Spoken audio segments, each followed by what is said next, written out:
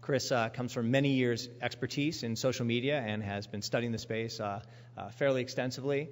And without further ado, Chris Kenton.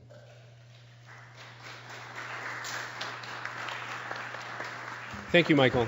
And I also want to thank Michael for the opportunity to moderate this panel. I was thrilled to be invited to participate in Bioneers, and it really is an incredibly distinguished panel. What I'd like to do is start by giving a brief context for the discussion. If we can bring up the PowerPoint slide, is that available? And I want to put this in a little bit of context. Next slide, please. There we go.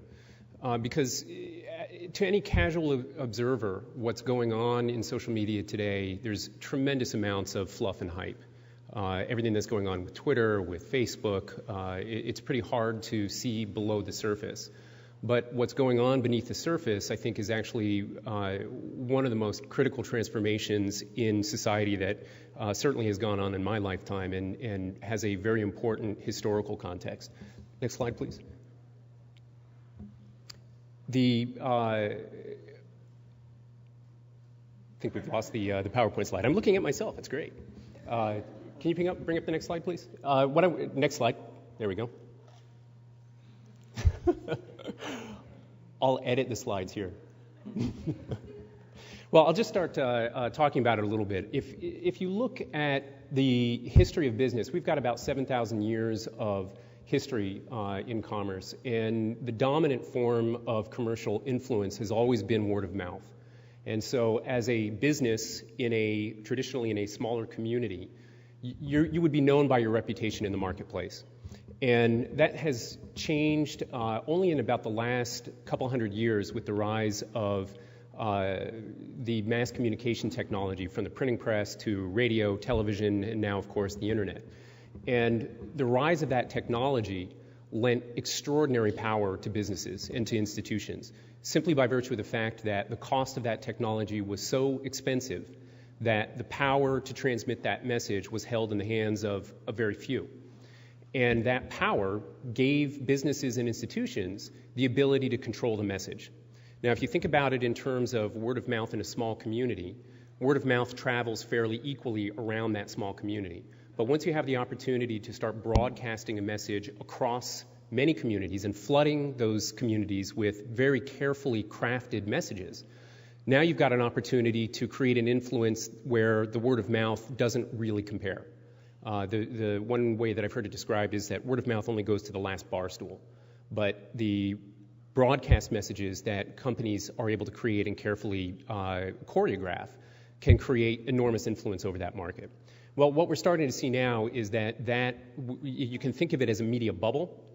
That bubble, which has been around for the last 150 years at least, is now in this day and age bursting, literally bursting. And what's happened is we've put a computer on everybody's desk. We've put the ability for anybody to publish their own ideas without the need of a big institutional publisher to broadcast it. They can just start a blog, even if you're non-technical.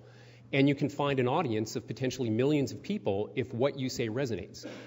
And so that ability now is starting to challenge the control that businesses have had over that message in a very real sense.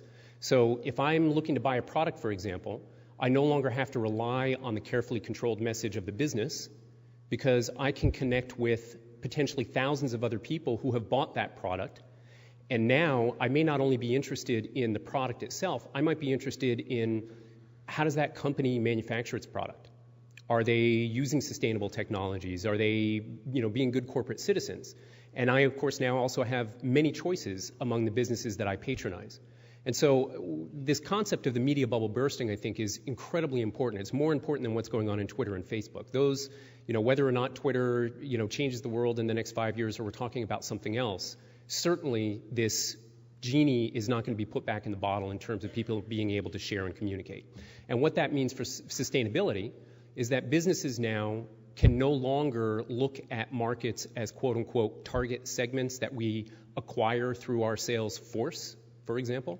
Now you have to look at these networked communities of customers who can share information about everything that you do, and you have to look at that as a business in terms of a community, and how do I play a meaningful role in that community, where there's an exchange of value that continues to bring people into that community.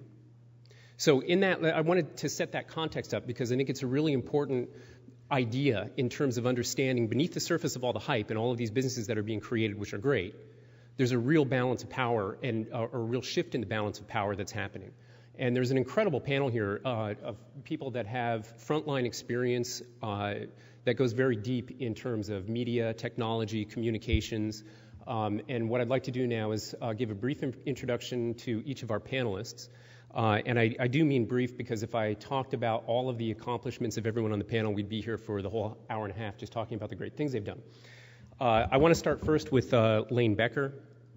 Lane is co-founder and president of Get Satisfaction, a web company that keeps consumers effectively engaged with the businesses that they patronize and that helps businesses collaborate with customers.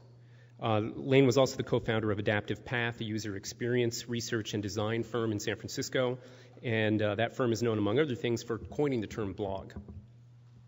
My next panelist is Carl Burkhart.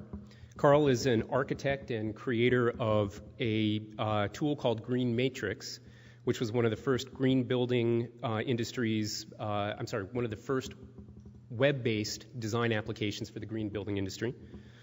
Carl is a columnist for Mother Nature Network.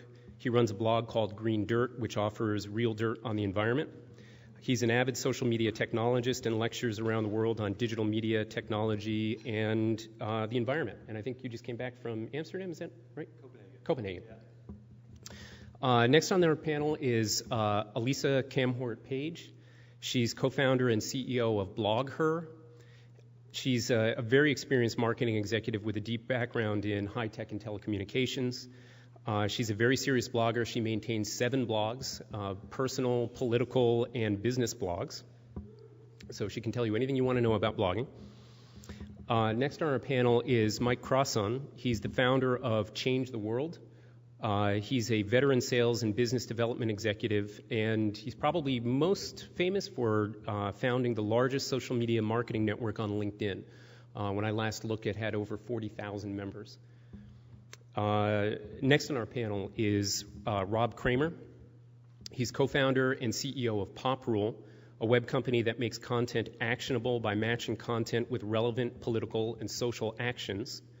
He's also chairman of the Global Water Trust, a nonprofit providing safe, clean water to school children throughout the developing world.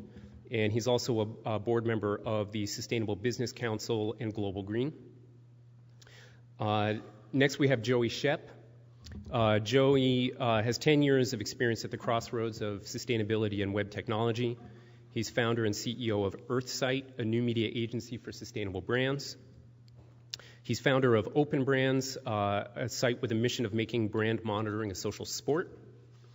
He's founder and editor-in-chief of Green Maven, the world's largest green search engine. He holds a bachelor's degree in ecological design and a green MBA. And finally, we have Michael Penwarden, who is a longtime media and technology leader. He's co-founder and CEO of Matter Network, an online network of media publishers focused on solutions to environmental and social challenges. He was formerly editor of Macworld and was co-founder and executive editor of Ziff Davis's Consumer Media Group. So as I said, those are only brief introductions.